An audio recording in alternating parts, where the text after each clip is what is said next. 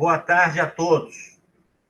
Este é mais um evento do Instituto dos Magistrados do Brasil, a ser realizado nesta tarde do dia 21 de setembro de 2023, sobre o tema da maior importância na modernidade, que vem a ser a consensualidade na administração pública.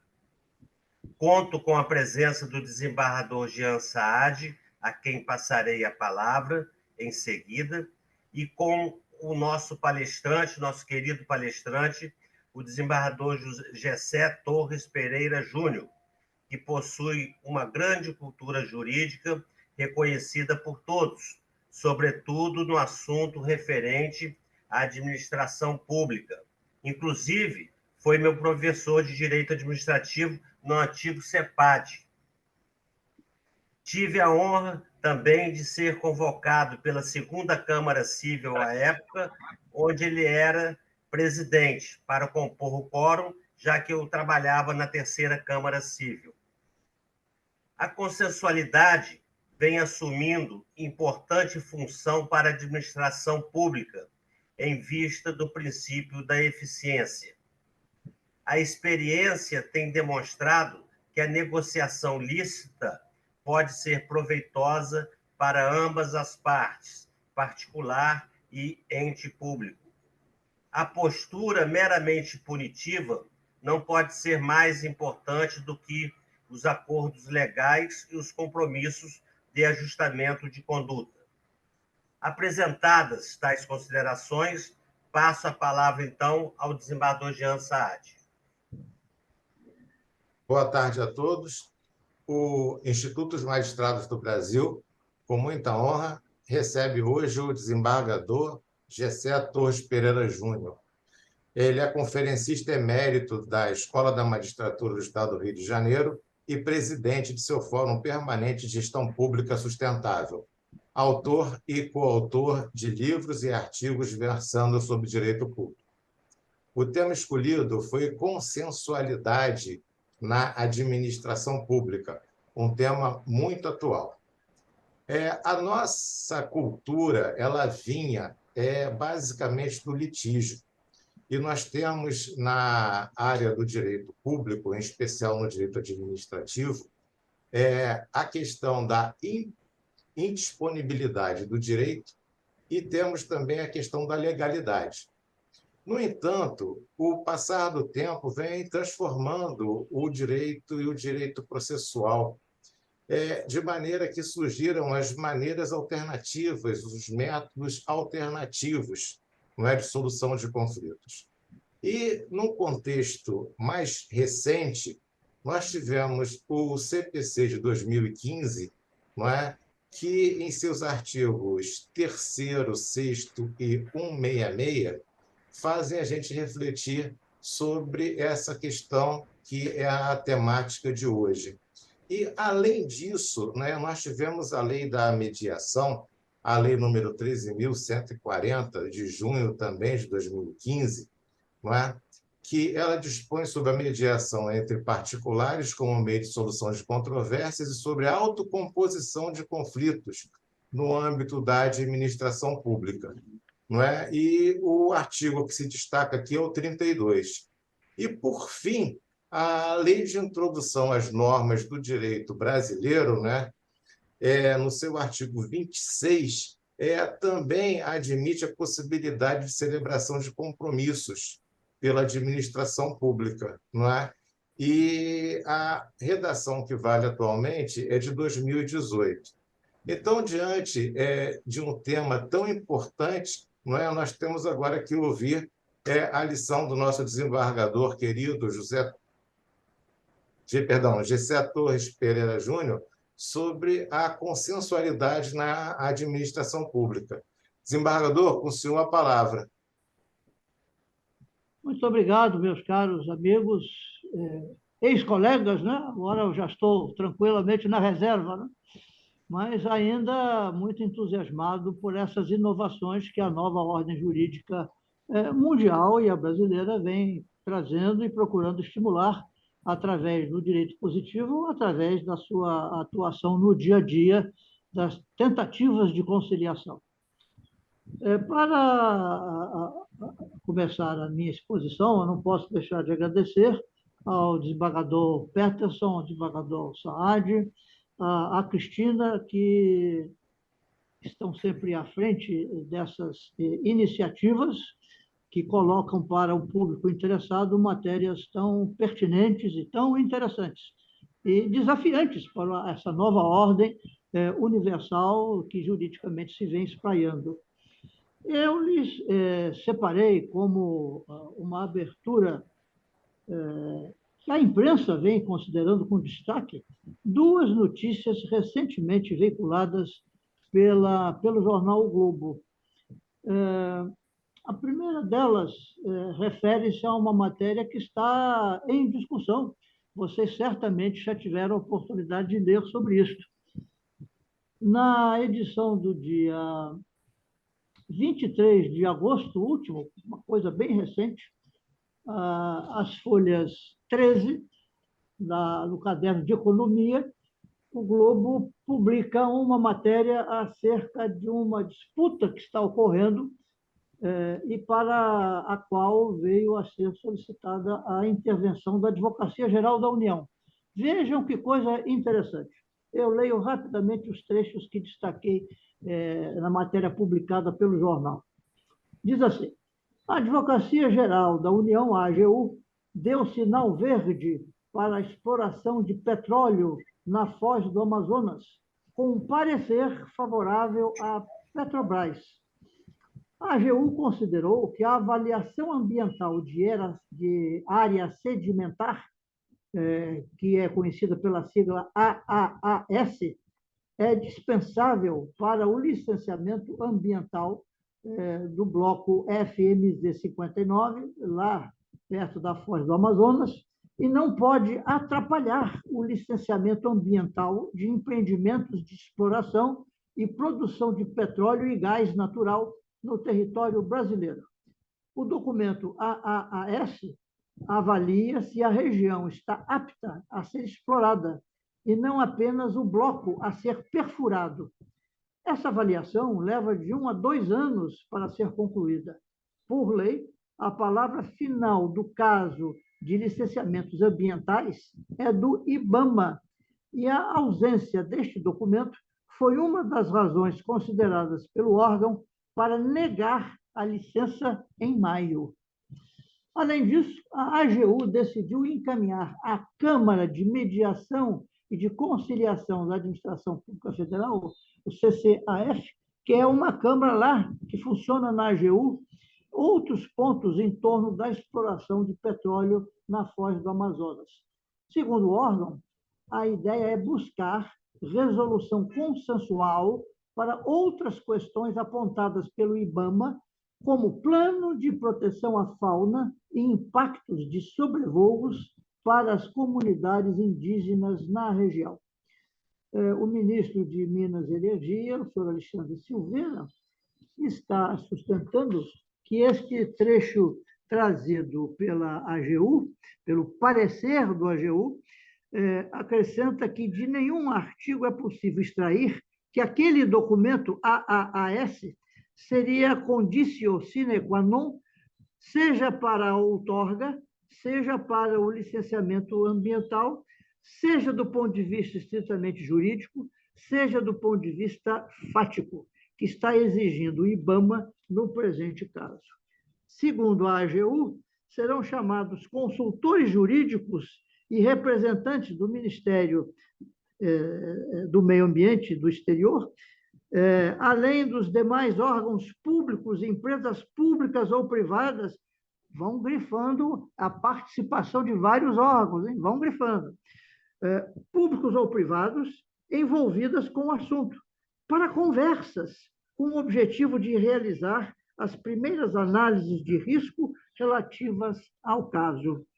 A AGU foi chamada para opinar sobre a controvérsia, porque uma das competências do órgão é, aspas, fixar a interpretação da Constituição, das leis, dos tratados e demais atos normativos a serem uniformemente seguida pelos órgãos e entidades da administração federal, fecho aspas.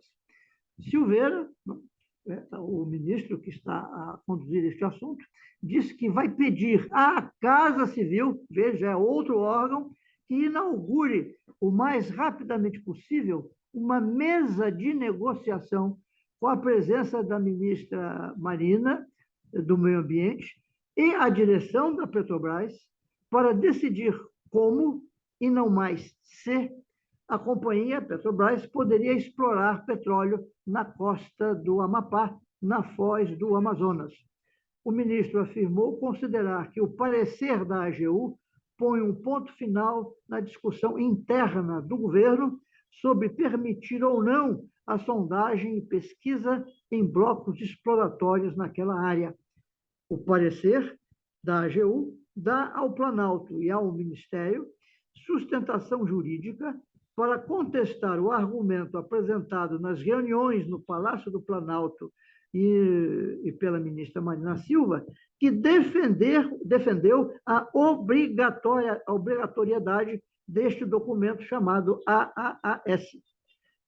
Silveira diz que a polêmica perdeu o sentido. Diz ele, se o entendimento fosse que a avaliação é obrigatória, a gente discutiria se faria ou não a exploração. Agora que ela foi dispensada, conforme o parecer da AGU, discute-se simplesmente como a Petrobras vai fazer para atender às condicionantes e iniciar a pesquisa. O Ministério do Meio Ambiente informou, em nota, que a licença não foi indeferida pela ausência da AAAS, mas por, aspas, inconsistências nas informações prestadas pela empresa Petrobras, detalhadamente descritas no parecer técnico do IBAMA, divulgado em maio, como informado anteriormente à AGU. A pasta insiste em que a AAAS é um importante instrumento técnico de planejamento econômico e ambiental, cujas informações oferecem subsídios importantes aos processos de tomada de decisão, inclusive no âmbito do licenciamento ambiental. Vejam que exemplo interessantíssimo este, que está na ordem do dia, envolvendo uma matéria discutidíssima no plano federal, com a participação de vários órgãos, a participação da AGU, a participação da Petrobras, de 2 ministérios, buscando uma solução consensual. Pode ou não pode haver essa exploração lá na nossa fronteira norte, perto da foz do Amazonas? Pode ou não pode? Estão discutindo. O que é isso? Que tipo de discussão é esta? É uma discussão de órgãos públicos federais, incluindo o IBAMA também, em busca de uma solução que seja consensual.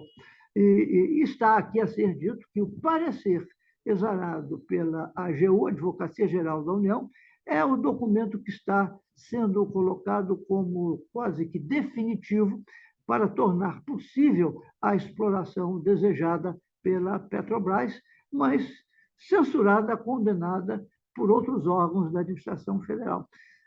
Vocês diriam que isso é uma questão estritamente política? Não me parece que seja uma questão estritamente política. Ela tem, claro, teor político, mas do ponto de vista jurídico, vejam que aqui está presente uma questão que desafia a solução que se possa vir a obter através de uma discussão em busca de consensualidade.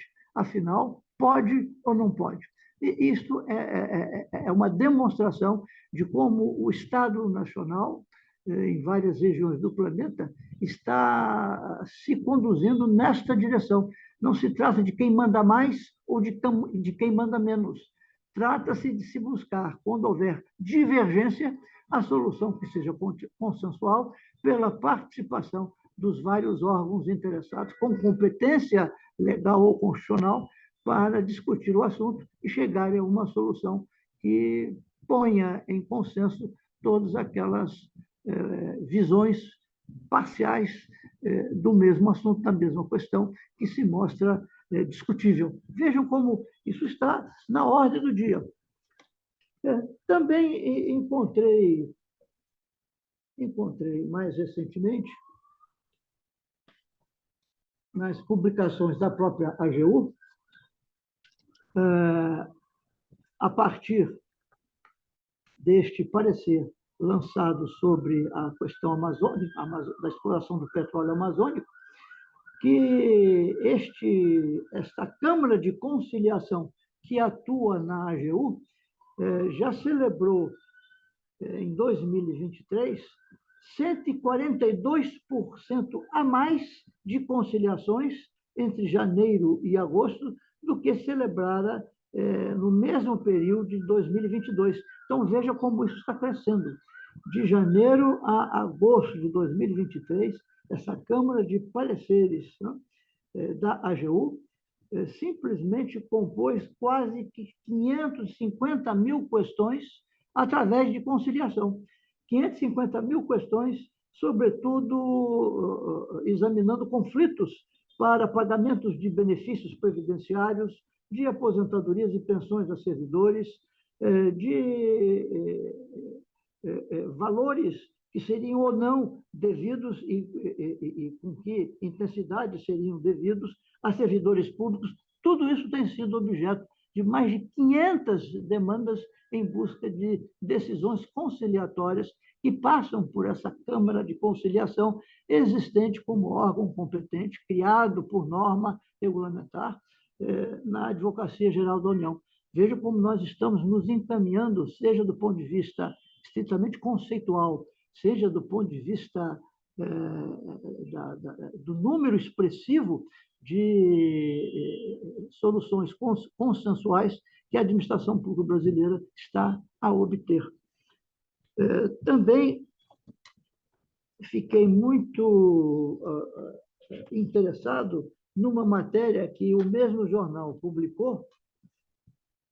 Não sei se vocês tiveram a ocasião de ler, a mim chamou muito a atenção e guardei para essas minhas conversas acerca de consensualidade. Esta matéria foi publicada no dia 12 de outubro de 2022. Veja como as coisas vêm evoluindo. A matéria diz respeito a políticas públicas e de qualidade e mostra que 2 escolas municipais brasileiras estavam a concorrer ao título de melhores do mundo. Por que estava a concorrer a melhores do mundo? Porque elas adotaram como o seu conceito de trabalho educacional algo interessantíssimo que parte e desenvolve a consensualidade. O que diz esta matéria? Diz assim: a escola não tem aula esta semana na Escola Municipal de Educação Básica Professora Adolfina Distenthaler, em Novo Hamburgo, no Rio Grande do Sul. Quer dizer, não tem aula do jeito tradicional, em sala de aula, com os professores donos da palavra. Numa semana, quem fala são as crianças. É o momento do ano em que acontecem as assembleias gerais do colégio, o momento em que os estudantes, organizados durante o ano, levam suas demandas à direção, aos professores e aos colegas, em que todos debatem o que será investido e o que mudará para o ano seguinte. Toda essa dinâmica que funciona desde 2013, então, há quase 10 anos que essa escola lá de Novo Hamburgo age assim, levou a escola a ser uma das 2 instituições de ensino pública brasileiras que estão concorrendo ao título de melhores do mundo. Elas estão entre as 15 finalistas do prêmio World's Best School, cuja comissão julgadora é formada por especialistas em educação mundial. E diz mais a matéria publicada no ano passado.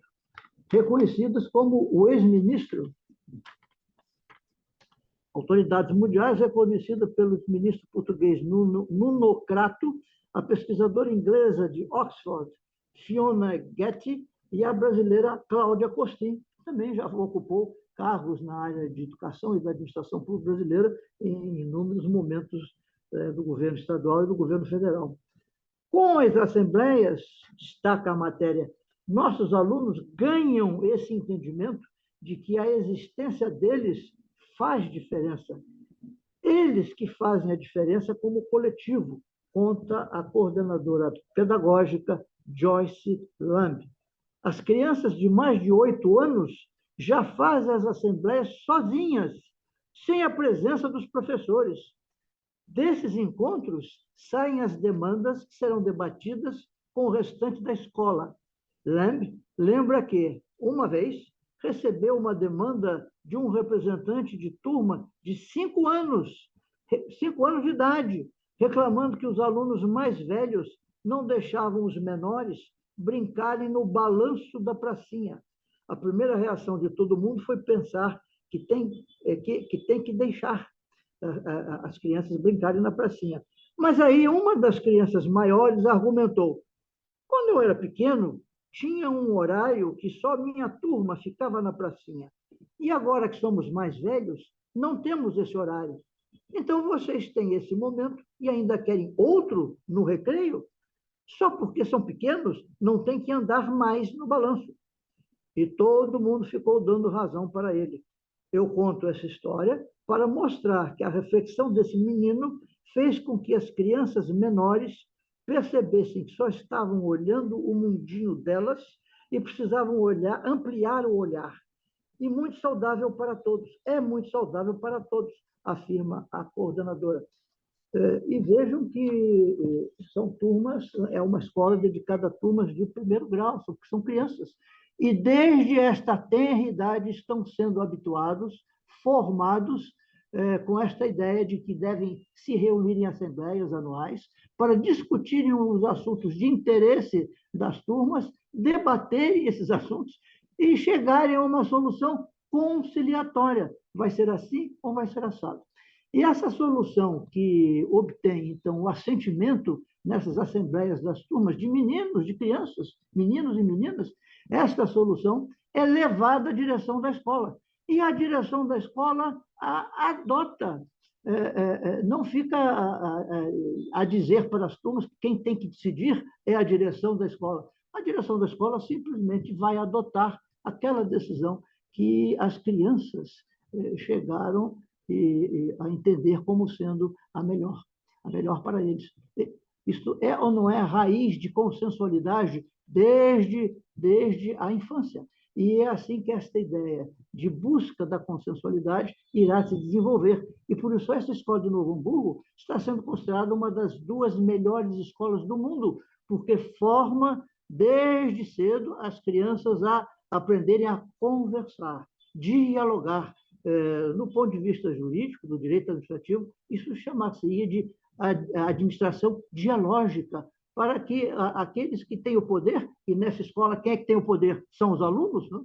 Porque é para eles que as decisões da direção da escola se devem voltar para aquilo que lhes interessa, os satisfaz e os coloca em melhores condições de aprendizado, né? de se dedicarem mais ao estudo. Vejam que coisa notável isso. É a isto que nós estamos modernamente no Estado contemporâneo chamando de consensualidade. Muito bem, meus amigos, mas há mais a lhes dizer sobre este assunto,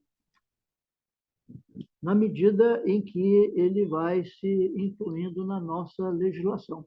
Não se trata apenas de uma opção filosófica ou opção política, opção governamental.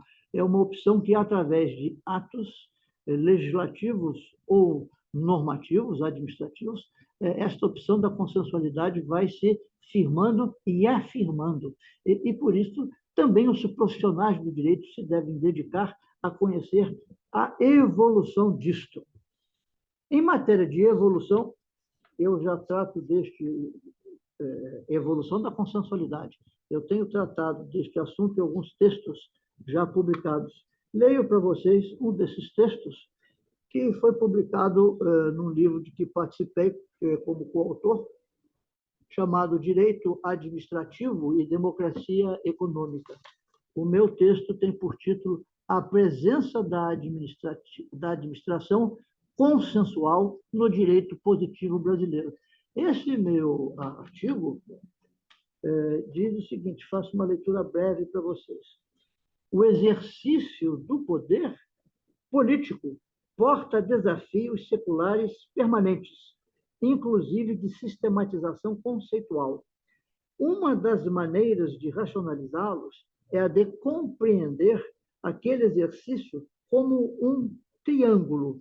Esta ideia de compreender o poder público como uma figura geométrica, como um triângulo, parte de um livro chamado Planejamento Estratégico Situacional, foi publicado em 1998 no Chile, por um economista chamado Carlos Matus, M-A-T-U-S, Carlos Matus. Diz ele, no vértice situa-se o projeto estratégico de governo, passível de traduzir-se pelo verbo querer, é a chamada vontade política. No primeiro ângulo da base do triângulo estarão as competências distribuídas para agir e a organização dos meios para efetivá-las, compondo a governabilidade. É o que se encarna no verbo poder, que são os atos da autoridade legitimada.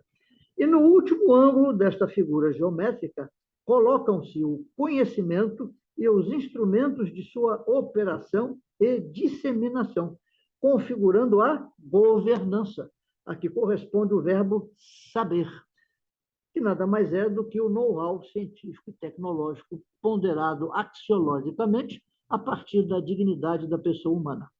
O governo eficiente e eficaz deve querer, poder e saber identificar o interesse público e produzir resultados que o atendam.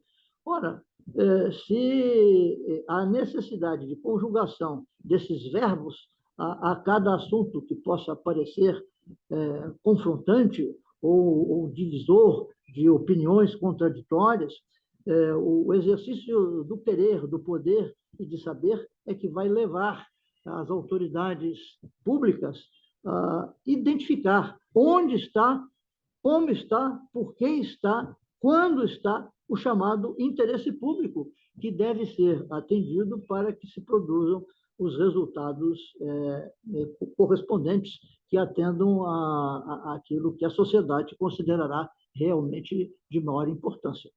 Sob a perspectiva da participação, continua o meu texto, duas são as versões de governança. A primeira enfatiza o incremento da eficiência e da eficácia das ações governamentais, com foco na qualidade de vida das populações, cuja participação é instrumental e subordinada. A segunda incentiva o potencial emancipatório de ações em parceria com os setores públicos e privados, com foco na inclusão dos segmentos alijados do processo político ou por ele discriminados. Por isto que eficiência e eficácia, sempre relevantes, passam a constituir objetivo subordinado, conferindo-se prioridade ao protagonismo dos cidadãos. A Constituição Federal e suas mais de 100 emendas vem desenvolvendo um formato de governança que combina eficiência e eficácia com participação emancipatória no processo político de gestão do Estado. Gera ambiguidades, que ora levam à paralisia pela perplexidade, ora à inconsequência de resultados por gestão inepta. Ainda não se encontrou, penso eu, o ponto ótimo de articulação, se é que existe, entre gestão de resultados, eficiência e eficácia, e gestão emancipatória, as parcerias. A concepção e o uso de instrumento de administração consensual é uma das respostas possíveis a tais ambiguidades.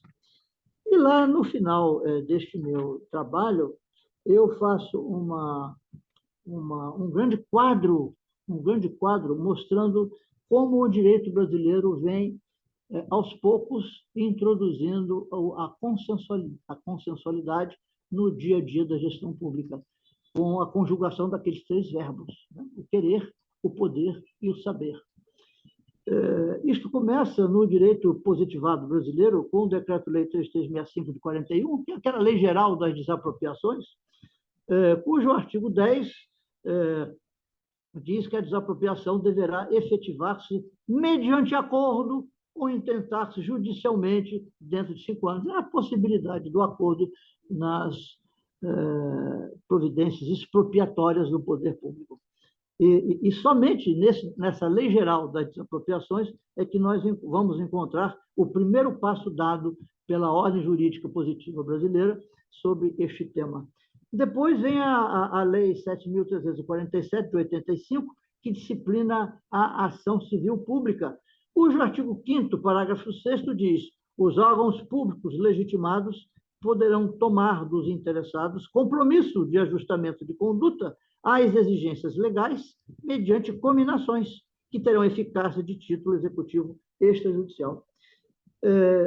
E paramos aí antes da Constituição de 88. Não tínhamos mais nada que pudesse sugerir a absorção da ideia de consensualidade no direito positivo brasileiro.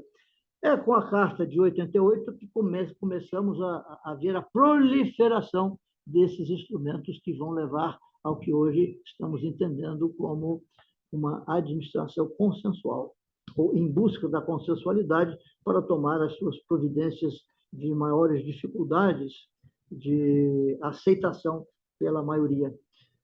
Eu cito neste quadro o artigo 30, parágrafo 3º da Constituição: as contas dos municípios ficarão durante 60 dias anualmente à disposição de qualquer contribuinte para exame e apreciação. O artigo 37, parágrafo 3º, a lei disciplinará as formas de participação do usuário na administração pública direta e indireta. O 49, inciso 15, autoriza o referendo e a convocação de plebiscito. O 58, parágrafo 2º, inciso 2, prevê a realização de audiências públicas com entidades da sociedade civil. O artigo 61, parágrafo 2º, a iniciativa popular pode ser exercida pela apresentação à Câmara dos Deputados de projeto de lei subscrito por, no mínimo, 1% do eleitorado nacional.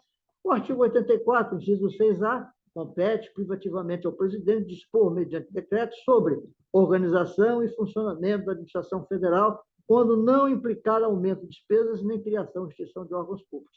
E vou mencionando mais outros dispositivos trazidos com a Carta de 1988, que vão sugerindo a adoção aos poucos, né, passo a passo, dessas soluções que buscam agir em função de consenso, envolvendo não apenas a sociedade civil, os seus representantes, como os órgãos públicos e aqueles que por eles respondem. Muito bem, depois eu coloco neste quadro a Lei 8666 de 93, que foi a antiga Lei de Licitações, já revogada pela 14.133 de 2021, cujo artigo 39 tinha uma única disposição referente à consensualidade. Veja, a lei, a primeira norma sobre licitações e contratos na forma de lei que o direito brasileiro conheceu, nós tivemos outras formas sobre licitações anteriores, mas nunca sob a forma de lei. A lei tinha sob forma de decretos, regulamentos, decreto-lei, mas sob a forma de lei, esta foi a primeira, 8666 de 93. O artigo 39 era o único dispositivo que dizia: sempre que o valor estimado para uma licitação for superior a 100 vezes o limite previsto no artigo 23, inciso 1c desta lei, o processo licitatório será iniciado obrigatoriamente com uma audiência pública. Olha a busca, na nossa primeira lei das licitações, de 93, da participação de interessados da sociedade civil em uma audiência pública sobre licitações que tivessem um valor estimado elevado. Depois, a Lei Complementar 73 de 93, a Lei Orgânica da AGU, veja, começou essa história que eu lhes trouxe agora, né? Parecer da AGU sobre a questão do petróleo, né? Exploração do petróleo, se pode ou se não pode. Isto começa a rigor com essa lei complementar que instituiu a Lei Orgânica da Advocacia Geral da União, e cujo artigo 4º, inciso 6, dizia que era possível a AGU desistir, transigir, acordar e firmar compromisso nas ações de interesse da União. Veja que coisa notável, a União, através da AGU, poderia começar a desenvolver esta possibilidade de desistir, transigir, acordar, firmar compromisso nas ações de interesse da União. Depois veio a Lei 8.987 de 95, dispondo sobre o regime de concessão e permissão das prestações de serviços públicos, cujo artigo 23A dispunha que o contrato de concessão poderá prever o emprego de mecanismos privados para a solução de disputas decorrentes ou relacionadas ao contrato, inclusive a arbitragem. Veja, pela primeira vez aparece isso numa lei de 1995, sobre as concessões e permissões de serviços públicos. Depois, a Lei 9469 de 97, que regulamentava a Lei Orgânica da AGU, dizendo em seu artigo 4º o termo de ajustamento de conduta para prevenir ou terminar litígios nas hipóteses que envolvam o interesse público da União, suas autarquias e fundações, firmado pela Advocacia Geral da União. Era assim, então, que a lei regulamentadora previa. A Lei 9478 de 97, que instituiu a Agência Nacional do Petróleo, o artigo 20 dizia: o regime interno da Agência Nacional do Petróleo disporá sobre os procedimentos a serem adotados para a solução de conflitos entre agentes econômicos e entre estes e usuários e consumidores, com ênfase na conciliação e no arbitramento. Depois, a Lei 9637 de 98, dispondo sobre as organizações sociais, artigo 5º, para efeitos desta lei, entende-se por contrato de gestão o instrumento firmado entre o poder público e a entidade qualificada como organização social. E vem várias outras que não teremos tempo para mencionar, estão todas elas referidas neste quadro que arremata este meu artigo sobre a evolução da administração pública brasileira no rumo do uso do consensualismo.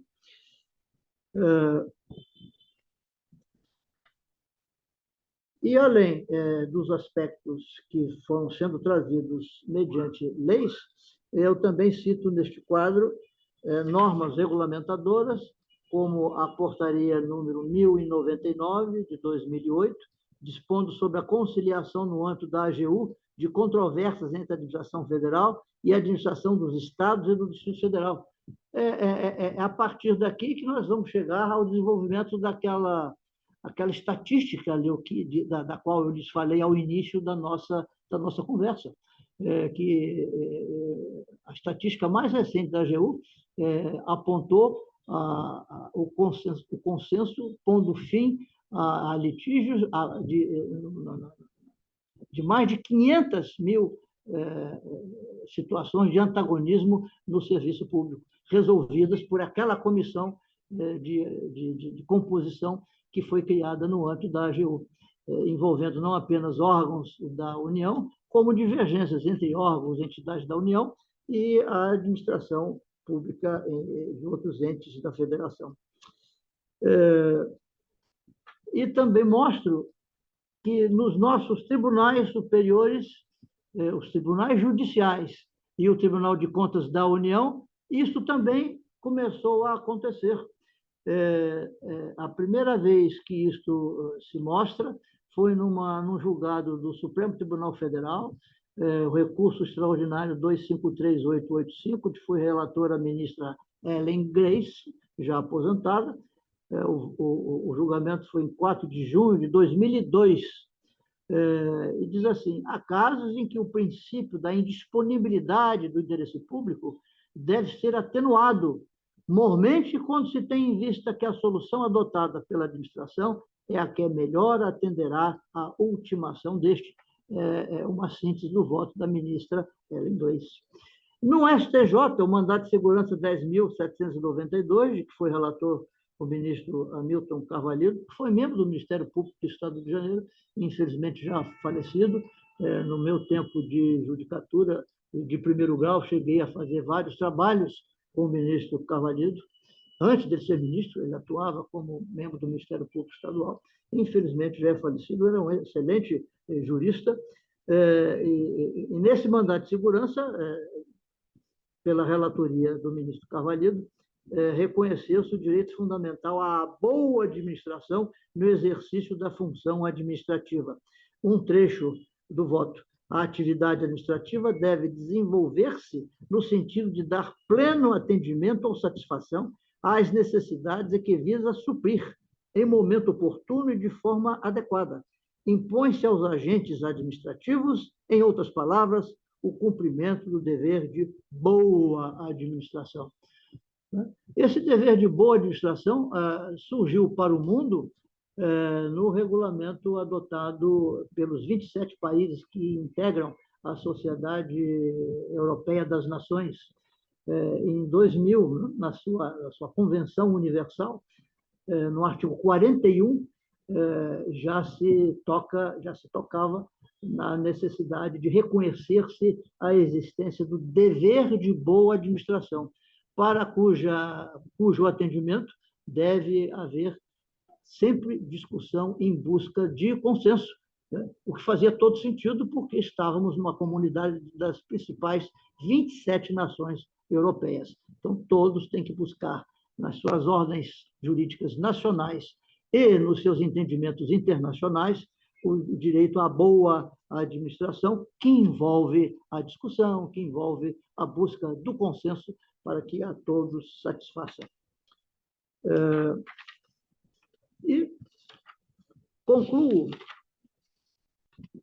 dizendo o seguinte, concluo esse texto, depois eu vou puxar aqui mais um outro assuntinho com vocês.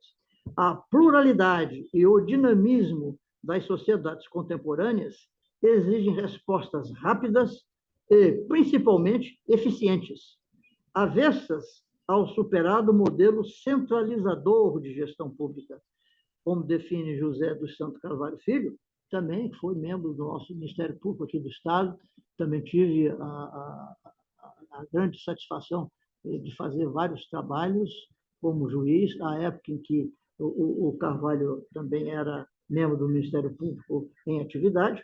As antigas fórmulas vêm indicando que o Estado, com o perfil que vinha adotando, envelheceu.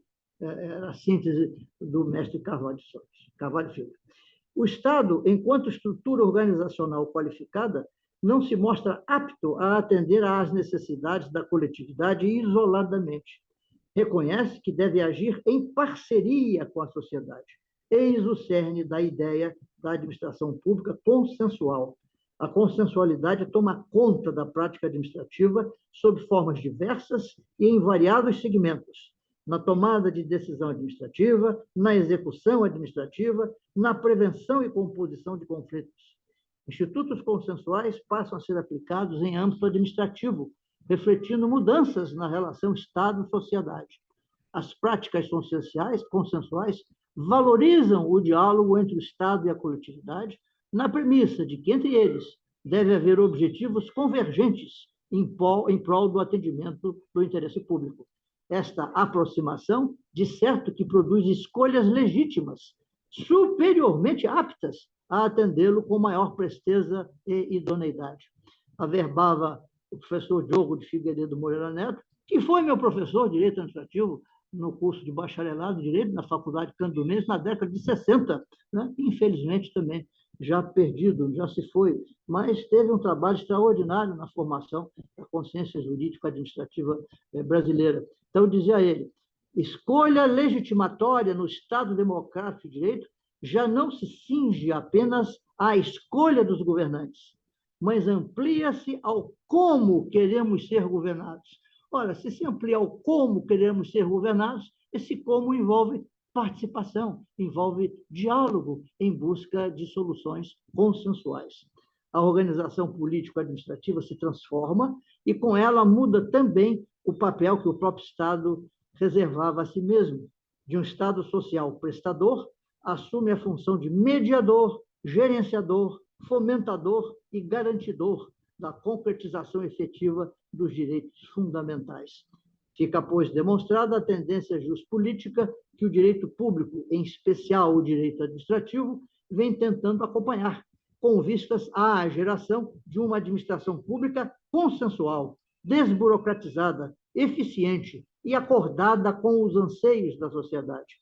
Espaços de atuação da administração pública se encontram ainda em aberto, especialmente com a introdução de novos institutos nas práticas consensuais, e que, por sua vez, carece de um enquadramento jurídico para que se possa estabelecer limite à sua expansão e coesão à sua aplicação.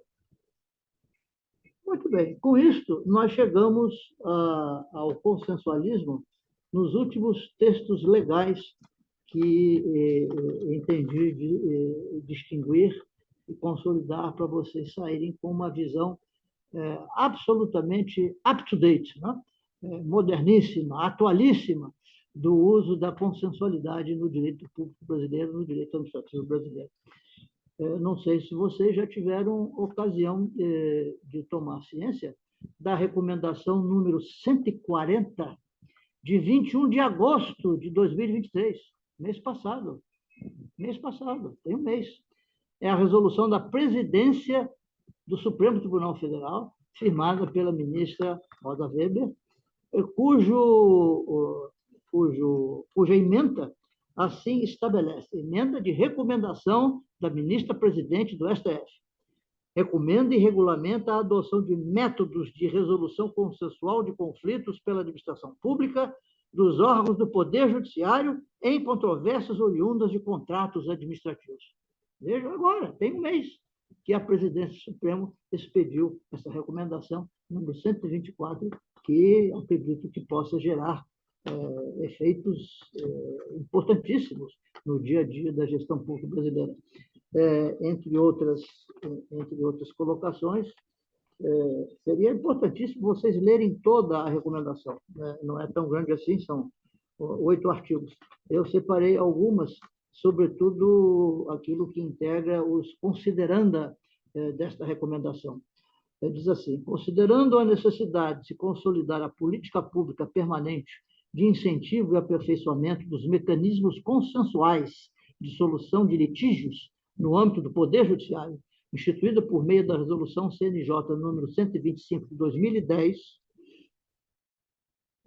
considerando as diretrizes contidas nos artigos 165 a 175 do CPC e da Lei 13.140 de 2015, que dispõe sobre mediação e conciliação de conflitos e autoriza a sua resolução, inclusive no âmbito da administração pública, considerando a disposição expressa contida entre os artigos 151 e 154 da Lei 14.133, que é a nova Lei das Licitações e Contratações, de 2021, a respeito da adoção de meios adequados de prevenção e resolução de controvérsias referentes às contratações públicas, considerando as alterações providas pela Lei 13.655 de 2018, que inseriu os artigos 20 a 30 do Decreto-Lei 4.657, a Lei de Introdução às Normas do Direito Brasileiro, a conhecida LINDB, né? Com o objetivo de atribuir maior segurança jurídica, eficiência e consensualismo na aplicação do direito público. Vejam como esta recomendação da presidente do STF faz expressa referência a esta ideia, a este conceito, a esse tipo de solução, com a palavra consensualidade ou com a palavra consensualismo. Isso é expresso na recomendação do Supremo Tribunal Federal. Então, e resolve. O artigo 1º, os órgãos do Poder Judiciário, em sua atuação administrativa, poderão empregar métodos de resolução consensual de conflitos em matéria de contratos administrativos. Parágrafo 1º, a iniciativa do acordo pode ser proposta pelo particular ou pela administração pública, na fase extrajudicial ou no curso de ação judicial. E várias outras coisas importantíssimas que vocês deveriam ter grande interesse em conhecer, lendo com atenção, item por item, palavra por palavra, do que se contém nesta recomendação número 140, de 21 de agosto de 2023, um mês atrás. Então, para que isso faça todo sentido àqueles que atuam no Poder Judiciário, seja como advogados, seja como magistrados, seja como membros do Ministério Público, da Defensoria Pública ou das procuradorias estaduais e municipais, eu separei aqui também um texto de uma professora da USP, Universidade de São Paulo, que é mestre em leis pela Yale Law School, né? Então, tem uma boa cancha, né, do uso da consensualidade no direito norte-americano. É mestra e doutora pela faculdade da USP Universidade de São Paulo, e mestre em Direito pela Yale Law School. Esta ilustre professora, que se chama Juliana Bonacorsi de Palma,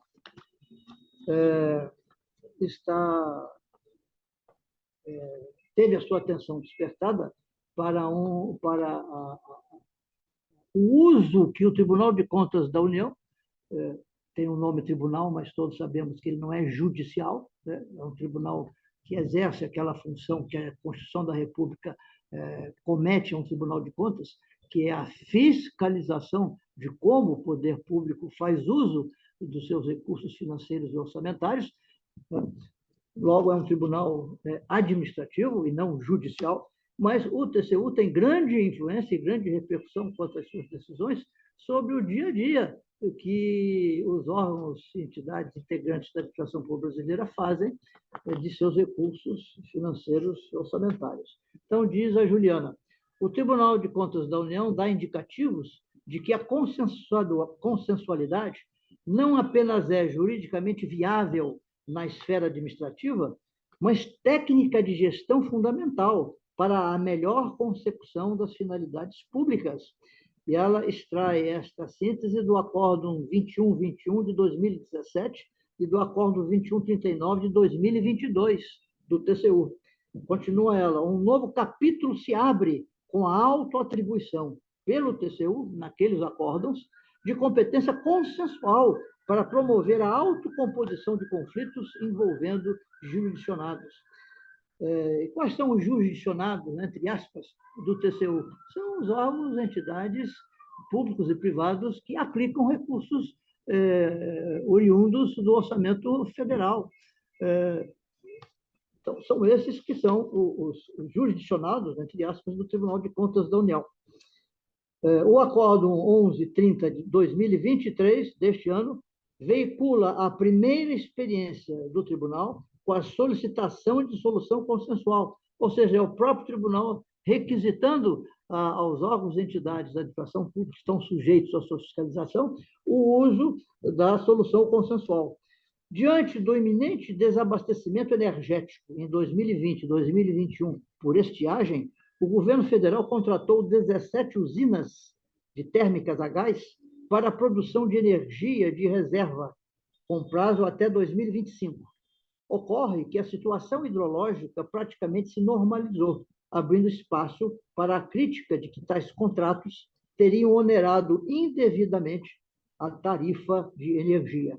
Por meio do Acórdão 2699 de 2022, com origem em uma representação, o TCU fixou prazo para que o Ministério de Minas e Energia avaliasse cada contrato e motivasse sobre a manutenção, rescisão ou solução negociada. É nesse contexto que aquele ministério solicitou, no âmbito do TCU, a autocomposição com a ANEEL e uma empresa em específico, que, inclusive, já tinha obtido liminar para a manutenção do contrato. Então, comece a perceber como todo mundo entra em cena, né? O TCU, o Tribunal Judicial, entidades integrantes da administração pública direta e indireta, sociedades civis que atuam na área empresarial, e continua a Juliana. Com o termo de autocomposição, convencionou-se diminuir o volume de produção energética contratado, preservando o contrato. As razões indicadas para celebrá-lo foram pragmáticas: estímulo à segurança jurídica e redução de custos dos consumidores, com benefício da ordem de 579 milhões de reais. Portanto, houve alteração do contrato entre partes em consenso com o controlador. A competência do TCU para promover o acordo não foi justificada, nem houve a comparação com alternativas. Teria sido a solução administrativa mais eficiente e econômica? Essa é a dúvida que uma professora de direito público faz. O Acórdão 1130, aquele de 2023, refere-se a esta homologação como medida excepcionalíssima de controle concomitante ao ato controlado. Então, não apenas o TCU está a exercer a sua ação constitucional de controle, como está também fazendo este exercício através da homologação de uma medida de conciliação. que teria produzido uma economia de 579 milhões de reais. O grande incentivo para sentar-se à mesa de negociação com o TCU talvez não tenha sido obter a solução ótima para o caso concreto. Mesmo que não tenha sido intencional, o contexto sugere um jogo de ganha-ganha de curto prazo entre jurisdicionado e controlador. O termo de autocomposição afasta a responsabilização por decisões tomadas, salvo comprovada fraude ou dolo. Então, vejam, meus amigos, como a cada passo, a cada ano, nós estamos nos aproximando cada vez mais de uma adoção plena, eu diria hoje quase que universal do consensualismo nas atividades, sobretudo as que envolvem aplicação de recursos, os contratos e as licitações administrativas no poder público nacional, na visão de todo o Poder Judiciário e dos seus tribunais de controle financeiro e administrativo. E para encerrarmos esta nossa conversa com uma questão que diz respeito a nós, magistrados, ou ex-magistrados, né, já aposentados como eu, ou aqueles agentes de formação jurídica que atuam no dia a dia na aplicação do direito, né, nas cortes de justiça federais, estaduais, nos órgãos de controle, das procuradorias, nas assessorias jurídicas, enfim, em todos os órgãos onde há agentes com formação jurídica, esta ideia de fazer uso, de estimular o uso da consensualidade está cada vez mais presente. Então, qual é a última coisa que eu me reservei para que vocês saiam com essas coisas todas na cabeça? Se é que já não está, né? É apenas um reforço.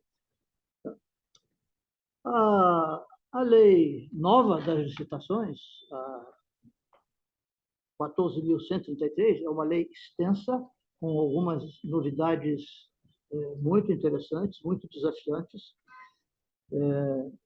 É uma lei que praticamente dobra de tamanho ou mais a lei anterior, 8.666. Basta vocês terem como síntese que a 14.133 faz uso de mais de 40.000 palavras, mais de 1.400 normas, se vocês somarem caput, incisos, alíneas e parágrafos, são mais de 1.400 normas. É mais do dobro do que a Lei 8.666 fazia hoje. Então, esta nova lei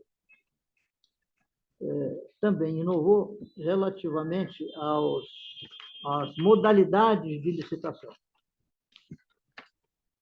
Na lei anterior, as modalidades de licitação, aquelas através das quais a administração pública realiza, né, a licitação, o modus operandi de cada licitação, eram 5, continuam sendo 5, mas com algumas inovações.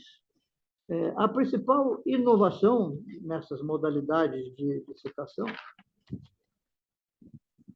continuamos tendo o pregão, continuamos tendo a concorrência, continuamos tendo o leilão e o concurso. Mas convite, tomada de preço, não existem mais na nova lei. E a nova lei nos trouxe uma outra modalidade inteiramente nova na experiência brasileira, chamada diálogo competitivo. Ora, o que esse diálogo competitivo tem a ver com a nossa conversa sobre consensualidade? O artigo 32 da nova lei diz que a modalidade de diálogo competitivo é restrita a contratações em que a administração, 1, vise a contratar objeto que envolva as seguintes condições: inovação tecnológica ou técnica, impossibilidade de o órgão ou entidade ter sua necessidade satisfeita sem a adaptação de soluções disponíveis no mercado, e C, impossibilidade de as especificações técnicas serem definidas com precisão suficiente pela administração. Inciso 2 do artigo 32. Verifique a necessidade de definir e identificar os meios e as alternativas que possam satisfazer suas necessidades, com destaque para os seguintes aspectos: A solução técnica mais adequada, os requisitos técnicos aptos a concretizar a solução já definida, a estrutura jurídica ou financeira do contrato. O parágrafo 1º diz que, na modalidade diálogo competitivo, serão observadas as seguintes disposições. Inciso 1. A administração apresentará, por ocasião da divulgação do edital em sítio eletrônico oficial, suas necessidades e as exigências já definidas e estabelecerá prazo mínimo de 25 dias úteis para a manifestação de interesse na participação da licitação. Inciso 2. Os critérios empregados para a pré-seleção dos licitantes deverão ser previstos em edital e serão admitidos todos os interessados que preencherem os requisitos objetivos. Inciso 3. A divulgação de informações de modo discriminatório que possa implicar vantagem para algum licitante será vedada. Inciso 4. A administração não poderá revelar a outros licitantes as soluções propostas ou as informações sigilosas comunicadas por um licitante sem o seu consentimento. Inciso 5, grifem, a fase de diálogo poderá ser mantida até que a administração, em decisão fundamentada, identifique a solução às soluções que atendam às suas necessidades. Inciso 6, as reuniões com os licitantes pré-selecionados serão registradas em ata e gravadas mediante utilização de recursos tecnológicos de áudio e vídeo. Inciso 7, o edital poderá prever a realização de fases sucessivas, caso que cada fase poderá restringir as soluções às propostas a serem discutidas. O diálogo competitivo será conduzido por comissão de contratação, composta de pelo menos 3 servidores efetivos ou empregados públicos pertencentes aos quadros permanentes da administração, admitida a contratação de profissionais para assessoramento técnico da comissão. Meus amigos, essa nova modalidade de licitação é aquela que autoriza a administração pública, quando estiver confrontada com a escolha da modalidade aplicável ao caso concreto, autoriza a administração pública a convocar para uma sessão aberta todos aqueles que eventualmente se interessarem na participação nessa licitação. E nesta reunião aberta, dialogal, cada um oferecerá as suas informações, as suas sugestões, porque esta modalidade de diálogo competitivo só é cabível quando a administração tiver que contratar um objeto que envolva uma inovação tecnológica ou técnica.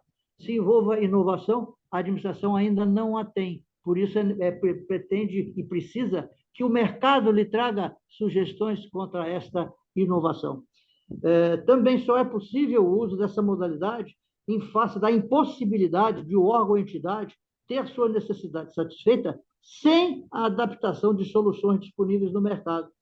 Ora, é uma impossibilidade também com a qual se defronta a administração pública, que precisa que o mercado lhe dê os meios, as condições, as indicações que consigam contornar esta impossibilidade administrativa, que também se apresentaria para o cabimento da modalidade quando se tratasse de especificações técnicas a serem definidas com precisão suficiente pela administração, e a administração não tem os elementos técnicos necessários, não conhece tecnicamente aquele objeto que pretende licitar de modo suficiente para que isto defina bem o objeto da licitação, que será o objeto a ser contratado.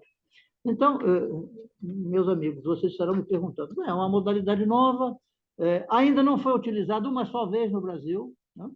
Nenhuma vez.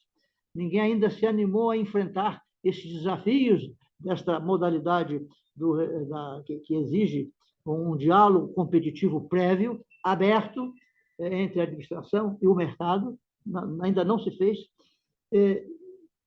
E o que isso tem a ver com o que eu preparei como uma última palavra deste nosso encontro, sobre o uso de instrumentos consensuais pela administração pública brasileira. Vocês talvez já ouviram falar do insigne professor Tiago Mahara. O professor Mahara é um professor ilustre, extremamente competente da Universidade de São Paulo, e que fez o seu pós-doutor na Alemanha. E quando ele estava lá realizando o seu pós-doutoramento na Alemanha, na Europa também estava começando a se fazer uso de uma modalidade licitatória como esta. Isso foi em 2014, 2015. O professor Mahara, então, estava acompanhando aqui no Brasil, à distância, claro, a tramitação do projeto de lei no Congresso Nacional, que viria a se transformar na nova lei das licitações e contratações, nessa lei 14.133. Então, o professor Mahara viu aquilo, comparou uma coisa com a outra, e escreveu um artigo que foi publicado na revista Consultor Jurídico, edição de 6 de janeiro de 2017. Eu destaquei um trecho com o qual vou encerrar a nossa conversa, porque a hora já vai muito além do que vocês estavam esperando, né? Talvez. Está ficando tarde. Só fica à vontade. Tá bom. Obrigado, Sérgio. Tá bom para vocês? Estou trazendo coisas boas para vocês? Então, estou trazendo muitas novidades. Boas. Como? Muitas novidades. Está riquíssima a exposição. Então, o professor Mahara escreveu um artigo para o Consultor Jurídico, e desse artigo eu faço uma pequena síntese, aspas, das inúmeras modalidades licitatórias previstas na Diretiva Europeia de 2014/24, porque lá naquela época aquelas nações que integram a Comunidade Europeia estavam a discutir como deveriam adotar novidades licitatórias que facilitassem o intercâmbio entre os órgãos licitatórios que integravam cada uma dessas 27 administrações nacionais. Então, ele diz, das inúmeras modalidades licitatórias previstas na Diretiva Europeia 24/2014, para aquisição estatal de obras, serviços e bens, merece redobrada atenção o diálogo concorrencial, nome constante da versão oficial portuguesa da normativa, que no Brasil está se transformando em diálogo competitivo. Aquele artigo 32 que sintetizamos. Por trás desta opção legislativa figura inicialmente a constatação de que procedimentos marcados pelo diálogo lograram mais sucesso na promoção do comércio transfronteiriço, ou seja, mostraram-se mais aptos a promover a competição efetiva entre agentes econômicos dos mais diversos países membros da União Europeia. A grande vantagem do diálogo concorrencial reside na possibilidade de abrir a licitação ao mercado, antes mesmo da definição da minuta contratual, fugindo-se da tradição de contratação por adesão que marca o direito administrativo.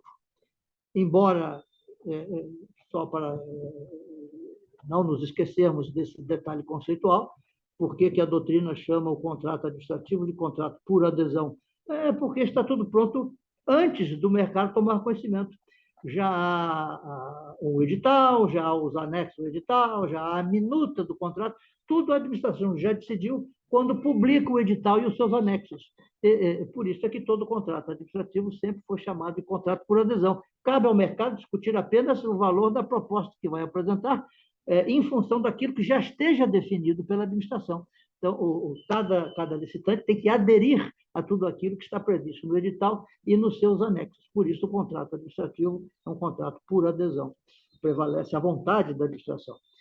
Então, continua o nosso professor Mahara.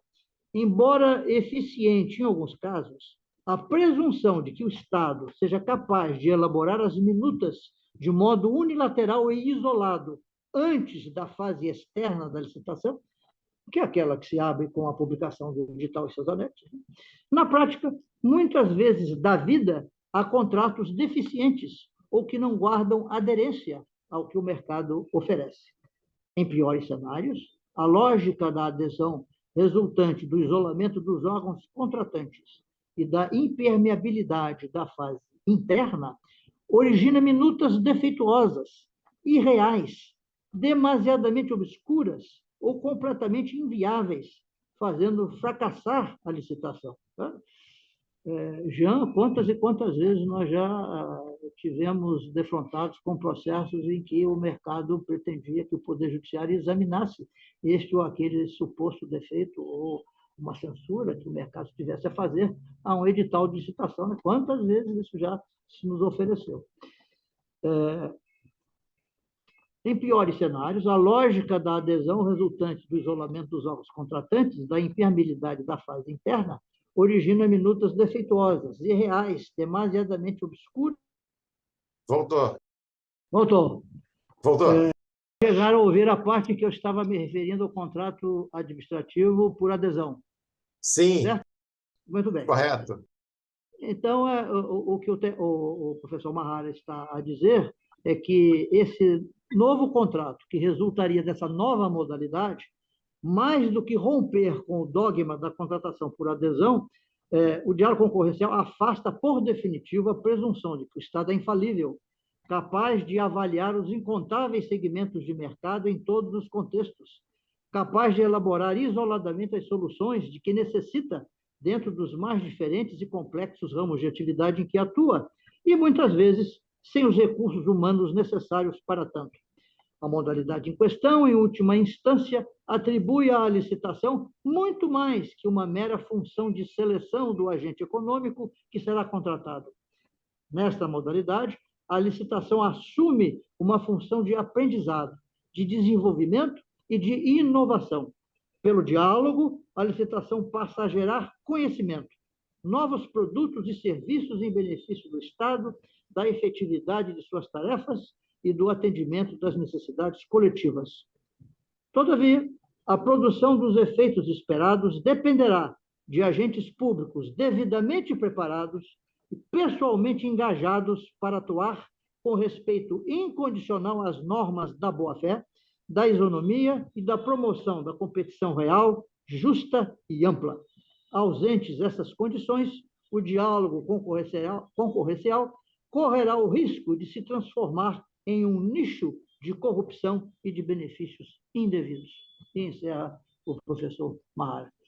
Então, vejam como o nosso tema, né, a consensualidade, pode nos levar, inclusive, a considerar esta ameaça que muitas vezes nos desanima, né, no dia a dia da gestão pública, de transformar algo que poderia ser inovador, brilhante, sério, né, produzir resultados excelentes, no risco de se transformar em um nicho de corrupção e de benefícios indevidos. Então, que o uso que venhamos a fazer da consensualidade nos leve exatamente aquilo que o professor Mahara está desejoso, aquilo que a recomendação 140 da presidência do Supremo Federal acaba de nos indicar quanto ao uso da consensualidade na gestão pública, sempre, em todos os lugares e para todos os fins de interesse público. Era isso que eu tinha preparado para vocês. Algo mais? Desembargador, a palestra do senhor foi ótima, foi com conteúdo riquíssimo. E eu vou fazer uma pergunta, então, para o senhor, se quiser desenvolver um pouquinho mais o tema. Há necessidade de uma mudança de pensamento para poder a consensualidade funcionar bem. Isso é verdade ou não? Eu estou equivocado no pensamento?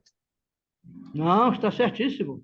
Se nós continuarmos a imaginar que a concentração do poder estatal basta para a tomada de decisões, nós estaremos alijando a busca de soluções consensualizadas e, por conseguinte, estaremos deixando de comparar possibilidades que levariam ao uso adequado dos recursos públicos em benefício das finalidades que devemos alcançar como gestores públicos, que não são as nossas finalidades, são as finalidades sociais, as finalidades da cidadania, da população. É isso que temos que buscar atender. E muitas vezes, a nossa visão de uma determinada questão, de um determinado problema, é a nossa visão, que conhece outras visões divergentes que precisam conversar. até que se chegue a uma solução consensualizada. Ok. E complementando esse meu raciocínio, seria aconselhável um preparo do agente público em sentido amplo para essa nova visão de aplicação do direito administrativo? Ah, sem dúvida, Jean. E nós já temos aqui na nossa Emerge numerosas ocasiões em que isso tem sido colocado, tem sido discutido. A nossa ESAGE também tem discutido esta matéria em cursos para os servidores. Veja, porque o poder não pode estar concentrado. Para ele ser bem utilizado, ele tem que envolver em discussões, em diálogos, todos aqueles que possam contribuir para o conhecimento, o vislumbre da melhor solução. Isso é consensualidade. E tem que existir em todos os poderes, em todos os âmbitos, em todos os níveis. E todos têm que ser preparados, todos os agentes têm que estar preparados para isso. Eu tenho insistido muito nisso nas nossas escolas, não só aqui do Poder Judiciário, como em outras escolas que formam agentes públicos. Tenho insistido muito nisso. É preciso que estejamos preparados para isso. Ninguém manda sozinho, ninguém pode mandar sozinho. Isso não é bom para ninguém. Então, tá bom. Desembargador Gessé, já estamos iniciando a noitinha do dia 21 de setembro de 2023 e os seus ensinamentos muito enriqueceram, né, a nossa cultura hoje. E, em nome do Instituto dos Magistrados do Brasil e em nome também do desembargador Peterson Barroso Simão, que teve que se ausentar em virtude de compromisso de sessão, eu quero agradecer a sua presença hoje aqui e convidá-lo para o senhor, quando quiser, retornar. Foi muito rica essa experiência nesse convívio, apesar de virtual. Será um grande prazer, Jean. Ficarei honrado sempre que vocês entenderem que a minha participação possa lhes trazer alguma utilidade. E para fechar a minha despedida, eu vou fazer exatamente a conjugação dialogal com a sua introdução. Quando você introduziu a palestra, você se referiu aos artigos próprios do Código de Processo Civil que falam sobre arbitragem, né, soluções consensuais e tal. E eu queria exatamente destacar o artigo 3º, parágrafo 3º do CPC. Né? O artigo 3º é aquele que introduz como princípio processual o princípio constitucional de não se excluirá da apreciação jurisdicional ameaça ou lesão a direito. Está na cabeça do artigo 3º. Mas o parágrafo 3º diz assim: a conciliação, a mediação e outros métodos de solução consensual de conflitos deverão ser estimulados por juízes, advogados, defensores públicos e membros do Ministério Público, inclusive no curso do processo judicial. Então, está lá também no Código de Processo Civil, para que todos nós, agentes do direito, sejamos estimulados a fazer exatamente isso que o nosso Código de Processo está a recomendar. Então, tá bom. Muito obrigado, então. Foi um prazer. Até a próxima, se Deus quiser. Se Deus quiser. Um abraço a todos. Mais uma vez, o MB agradece a nossa assistência e a participação do desembargador Gessé Torres.